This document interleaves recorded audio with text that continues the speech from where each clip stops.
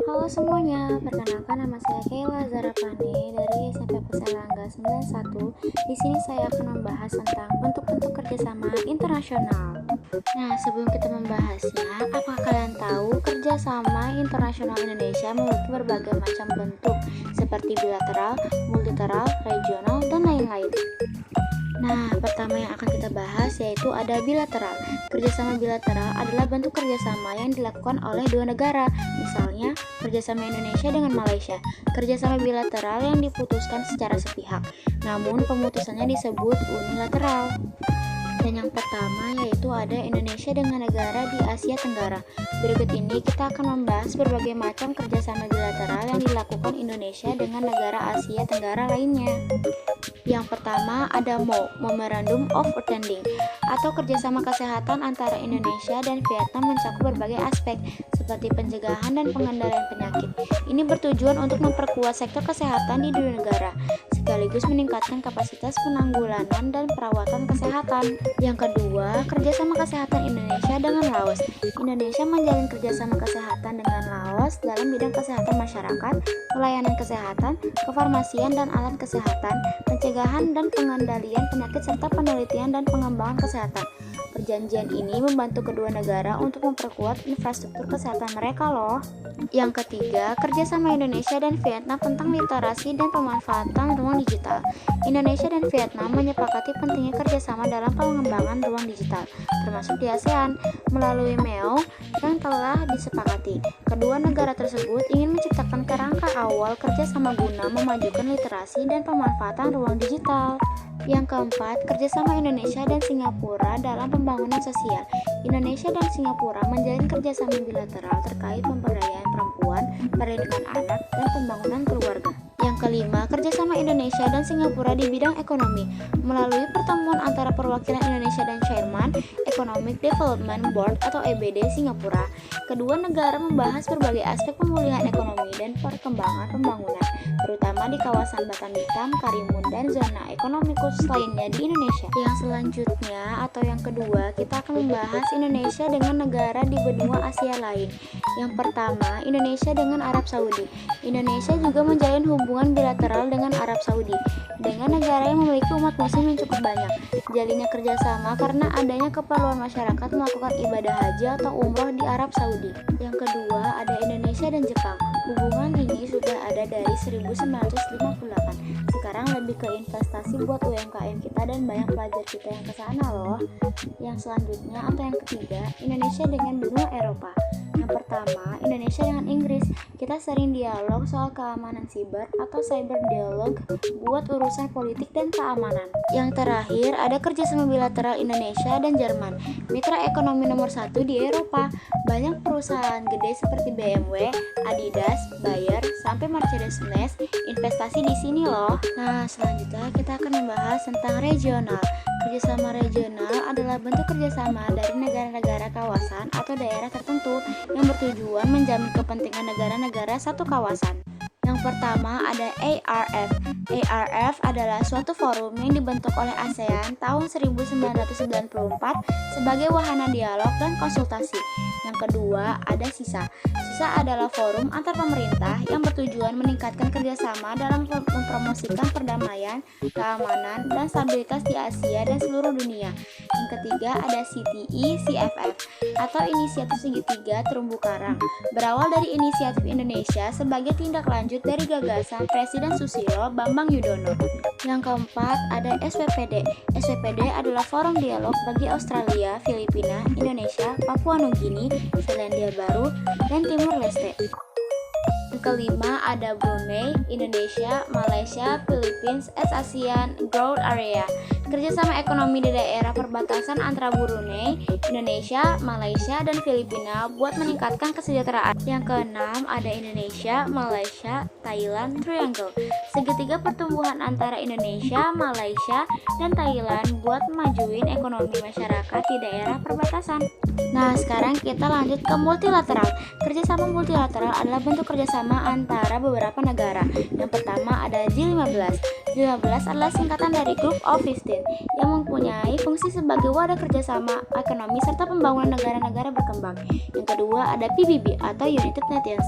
Persatuan Bangsa-Bangsa PBB merupakan organisasi internasional. Ini mulai berdiri pada tanggal 24 Oktober 1945 yang berkontribusi dalam perdamaian pasca Perang Dunia Kedua. Ketiga, ada WTO, yaitu organisasi internasional yang mempunyai tujuan memajukan serta mendukung perdagangan internasional. Yang keempat, ada FAO, merupakan organisasi yang bergerak pada bidang pangan dan berada dalam naungan FBB. Yang kelima, ada WHO, organisasi kesehatan tingkat dunia yang menjadi bagian dari PBB atau United Nations. Yang keenam, ada UNESCO. Pembentukan ini dilakukan pada 16 November 1945 dengan tujuan membangun perdamaian lewat kerjasama internasional di bidang pendidikan. Yang ketujuh, ada IMF. IMF merupakan organisasi internasional yang bergerak di bidang ekonomi, mengawasi sistem perekonomian pada masing-masing negara anggotanya. Nah, selanjutnya kita akan membahas tentang antarregional. Antarregional ini adalah bentuk kerjasama antarregional yang satu dengan regional lainnya. Ini bertujuan menjamin kepentingan antara dua kawasan. Selanjutnya kita membahas tentang internasional. Bentuk kerjasama yang mencakup banyak negara dan bernaung di bawah satu bendera PBB. Tujuannya adalah untuk saling membantu meningkatkan kesejahteraan bersama. Nah teman-teman, sekarang kita akan langsung membahas profil beberapa lembaga kerjasama internasional. Berbagai macam bentuk kerjasama internasional diantaranya adalah kerjasama di bidang politik, sosial, pertahanan, dan keamanan, kebudayaan, serta ekonomi. Selanjutnya kita akan membahas tentang ASEAN. ASEAN adalah persatuan negara-negara Asia Tenggara dan kerjasama antar negara-negara untuk kestabilan politik. Ini didirikan di Asia Tenggara pada tanggal 8 Agustus 1967. Nah, yang pertama saya akan menyebutkan hasil kerjasama ASEAN yang berbentuk infrastruktur. Yang pertama yaitu ada pabrik pupuk ASEAN yang didirikan di Indonesia. Yang kedua, pabrik pupuk area amoniak yang berlokasi di Malaysia. Yang ketiga, pabrik tembaga ASEAN yang dibangun di Filipina. Yang keempat, pabrik abu soda yang berdiri di negara Thailand. Yang kelima, pabrik vaksin untuk penyakit hepatitis B di Singapura. Nah, hasil kerjasama ASEAN dengan negara maju luar ASEAN adalah menambah manfaat bagi negara-negara anggotanya, menjajaki kerjasama dengan negara lainnya. Jepang menjadi target kerjasama saat ini. Yang kedua adalah bentuk kerjasama ASEAN di bidang ekonomi. Yang pertama, sektor industri. Kerjasama ini melalui ASEAN Industrial Cooperation atau AICO untuk mewujudkannya dengan membangun sejumlah sentra industri di beberapa negara, yaitu berikut. Yang pertama, ASEAN Vaksin, memproduksi vaksin di Singapura. Yang kedua, ASEAN Urea Project, pabrik pupuk di Malaysia. Yang ketiga, ASEAN Aceh Fertilizer Project, sentra industri pupuk di Aceh, Indonesia. Yang keempat, ASEAN Copper Fabrication Project, pabrik industri tembaga di Filipina. Yang kelima, Rockcell Soda Ash Project, pabrik abu soda di Thailand. Yang kedua, cadangan pangan. Vietnam dan Thailand jadi lumbung padi utama ASEAN. Kalau ada anggota yang krisis pangan, mereka siap bantu suplai beras. Yang ketiga, kebijakan perdagangan bebas agar dagang antar negara ASEAN semakin gampang dan lebih murah lewat fasilitas yang khusus. Selanjutnya kita akan membahas tentang bentuk kerjasama di bidang politik. Bukan hanya di bidang ekonomi saja, ASEAN juga ada pada bidang politik, yaitu sebagai berikut. Yaitu pertama, pengiriman duta dan konsulat yang mewakili suatu negara. Kerjasama ini merupakan pengiriman perwakilan diplomatik antar negara anggota ASEAN untuk memudahkan komunikasi, melakukan hubungan internasional, serta berperan dalam menjaga stabilitas politik di kawasan. Yang kedua, membentuk perjanjian bebas dari nuklir. Perjanjian ini menandakan bahwa penggunaan senjata nuklir sangat dilarang di kawasan Asia Tenggara. Anggota ASEAN juga dilarang membuat atau merancang senjata nuklir tersebut. Yang ketiga, adanya perjanjian perdamaian netral dan bebas. Setiap anggota ASEAN bersepakat untuk saling menjaga kawasan melalui prinsip perdamaian dan netralitas. Dalam hal ini, setiap negara tidak diperbolehkan melakukan intervensi terhadap urusan internal negara anggota ASEAN lainnya. Selanjutnya kita akan membahas tentang G20. Yang pertama itu ada sejarah. G20 dibentuk pada tahun 1999 sebagai upaya untuk mencari solusi atas kondisi ekonomi global yang dilanda krisis keuangan global tahun 1997 hingga dengan 1999 dan melibatkan negara berpenghasilan menengah yang memiliki pengaruh ekonomi termasuk Indonesia. Selanjutnya, tujuan G20. Yang pertama, penanganan krisis keuangan global. G20 berperan dalam mengelola tata kelola keuangan global pasca krisis 2008 melalui paket stimulus fiskal dan moneter yang terkoordinasi serta meningkatkan kapasitas pinjaman IMF. Yang kedua, kebijakan pajak. Mendorong transparansi informasi pajak antar negara melalui inisiatif Best Erosion and Profit Shifting atau BEPS untuk mengakhiri penghindaran pajak internasional. Yang ketiga ada penanganan pandemi COVID-19, memberikan penangguhan pembayaran utang bagi negara berpenghasilan rendah, melakukan injeksi pendanaan lebih dari 5 US triliun untuk pemulihan ekonomi, serta menghapus bea masuk untuk alat medis dan vaksin. Yang keempat ada isu lainnya, berperan dalam isu perdagangan iklim dan pembangunan berkelanjutan. Nah, di sini saya akan menyebutkan keanggotaan G20. Yang pertama ada Afrika Selatan, Amerika Serikat, Arab Saudi, Argentina, Australia, Brasil, Cina, India, Indonesia, Inggris, Italia, Jepang, Jerman, Kanada, Meksiko, Prancis, Republik Korea Selatan, Rusia, Turki, dan Uni Eropa. Di sini saya akan membahas manfaatnya bagi Indonesia. Yang pertama, membuktikan resiliensi ekonomi Indonesia terhadap krisis di tengah pandemi. Yang kedua, bentuk pengakuan atas status Indonesia sebagai salah satu ekonomi terbesar di dunia. Yang ketiga, memberikan nilai tambah bagi pemulihan ekonomi dan kepercayaan masyarakat internasional. Yang keempat, Indonesia dapat mengorkestrasi agenda pembahasan global untuk mendukung pemulihan aktivitas ekonomi. Selanjutnya saya akan membahas tentang PBB. PBB lahir dari kekecewaan terhadap kegagalan Liga Bangsa-Bangsa dalam mencegah Perang Dunia Kedua dan mendorong upaya pembentukan suatu badan internasional yang efektif. Yang pertama, anggota Perserikatan Bangsa-Bangsa. PBB memiliki 193 negara anggota. PBB terdiri dari anggota asli yang menandatangani piagam PBB pada tahun 1945, serta anggota tambahan yang masuk kemudian berdasarkan persetujuan Majelis Umum PBB. Yang kedua, ada organisasi PBB Perserikatan Bangsa-Bangsa.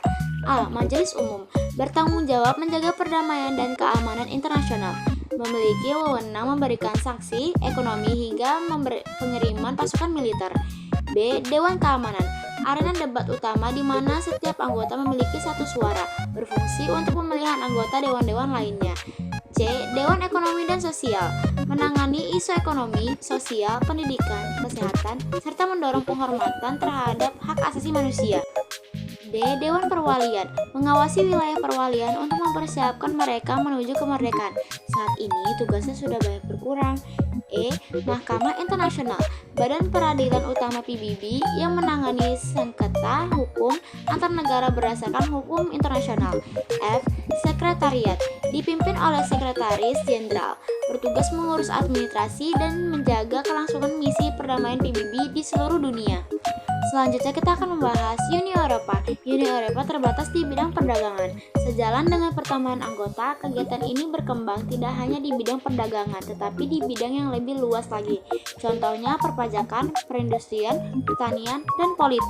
Yang pertama, tujuan pembentukan organisasi Uni Eropa. A. Menjalin kerjasama ekonomi untuk memperbaiki taraf hidup dan memperluas lapangan kerja.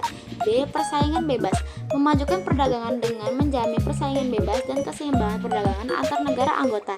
C. Penghapusan hambatan, menghilangkan rintangan yang menghambat laju perdagangan internasional.